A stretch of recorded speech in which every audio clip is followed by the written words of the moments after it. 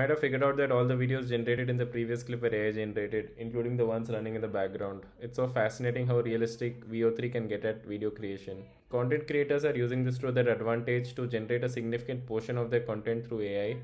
This helps them reduce their time to market, improve on productivity, and spend less time in video designing and focus more time on the right content for the users. Hi, I'm Rahul. Hey guys, I'm Shivaji. We are building a suite of AI agents on N8N called Senpai. So the aim of these AI agents is to help you with improving your productivity. We'll be building this in public and we'll be showcasing our journey and progress along the way every weekend. So yeah, super excited and pumped to show you all what we are building on the other side.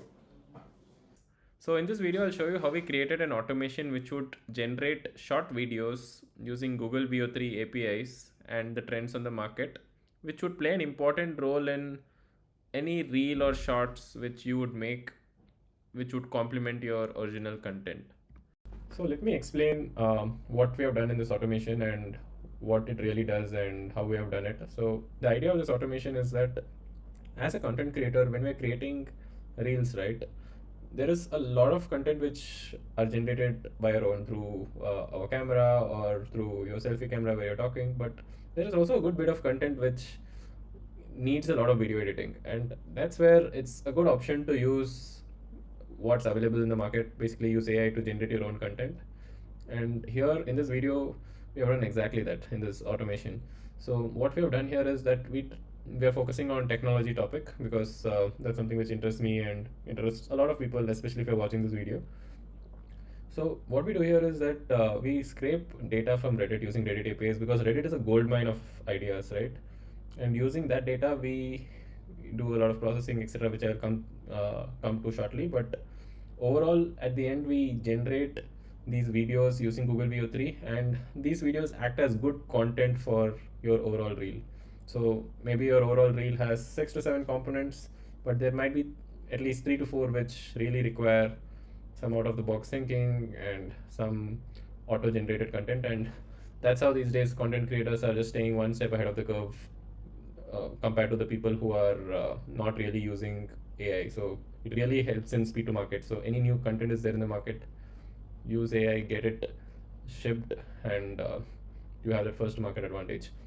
So let me show you how it works, and stay till the end of the video to see how the results also look. So it's pretty interesting. So yeah, first the idea is to get all the content from Reddit. So we get the top trending posts from Reddit here. So we get 100 posts based on the last 100 news articles or the posts on Reddit. Then we use a code to do some data aggregation. Then we send this information to an AI agent which is connected to both OpenAI LLM model and also Perplexity. So the idea we are connecting here to Perplexity is to also compare these 100 ideas which we have got from Reddit with what's happening in the real world, which Perplexity does a good job of getting information with live data, right? So here we have created a prompt which says that you're a viral content strategist who specializes in creating short form video ideas, and you are fed with latest emerging tech trends. Give me all this information, generate top 5 short form content ideas. So basically the job here is for the AI agent to give you 5 content ideas. And once it's done, so let me execute it also parallelly. So here it's executing, and here you'll see that it is going to call Perplexity API. So yeah, you see that it's calling Perplexity API. And the beauty here is that I've also asked AI to get in the information, the parameters for the Perplexity API automatically. It's pretty amazing how it does that. Like, it's super fascinating. So I really didn't need to actually put the structure for the API call to Perplexity. The LLM model is strong and smart enough to give me that.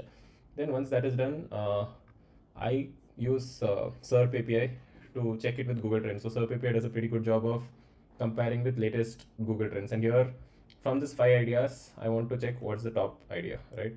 I don't want it to generate videos for all 5 ideas. I just want the top idea, and here you see that it has generated it. Then next, I wanted to make a sense of the idea, right? And also I wanted to decide a 24-second script. Why 24 seconds? Because Google Veo, which we're going to use later on, has an 8-second limit on video generation. So we want to make it into 3 videos. So 24 seems like a good number, short enough for the attention span we all have these days.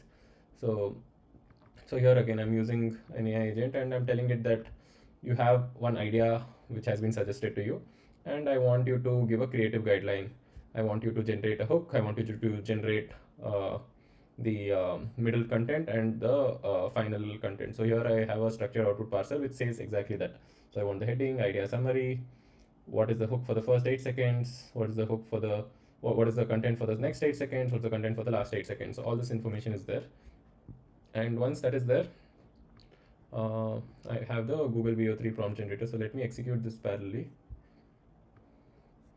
And it's important to use the structured output parser because sometimes when we are passing data from one output to the other, right, it's important for things to be in a structured format so that LLM doesn't hallucinate, and it makes sure that it's sticking to the right format so that it can be consumed by the downstream tools.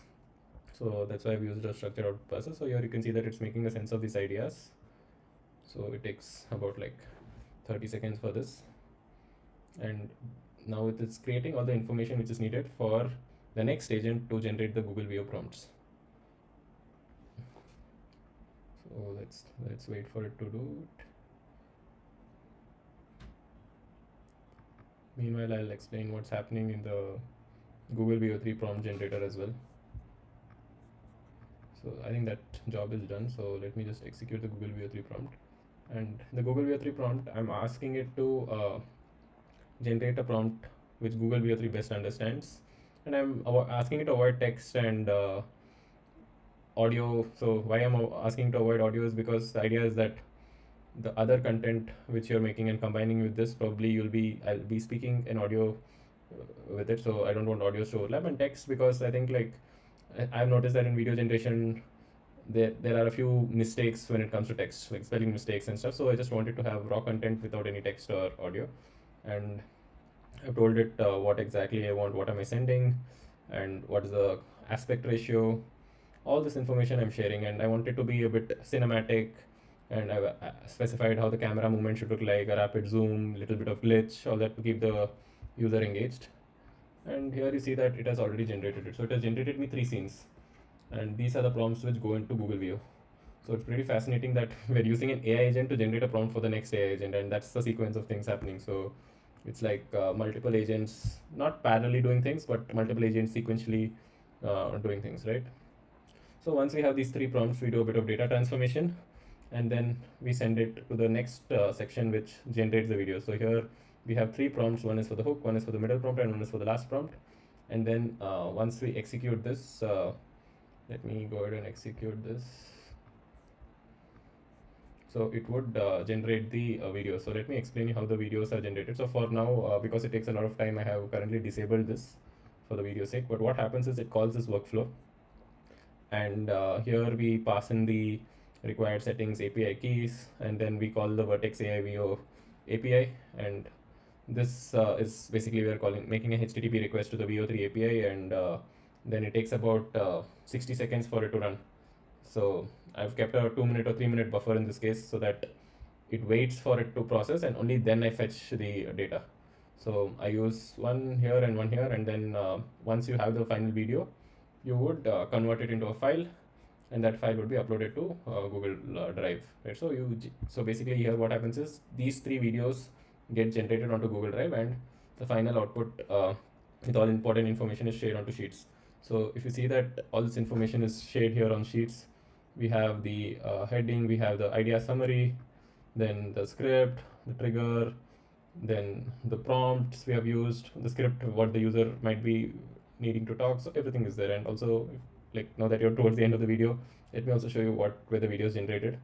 So these are few videos based on some earlier trend which were generated. So let me open any one of them. So this is like part 1, part 2, part 3. So why these 3 parts is basically because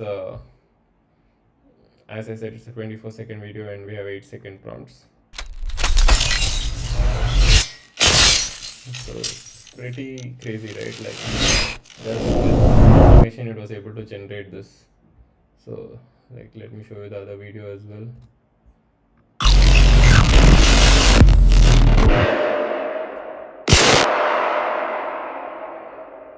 So I mean the theme of the videos were a bit futuristic. So accordingly, based on what you want, you can change your prompts. But all this was just generated based on automation. So no human interaction. Basically, all I had to do was like click the trigger, and that also can be scheduled. So every day, imagine like you just get all the content ready, and then maybe you can sit with your content creation team, or you can just sit and make your videos.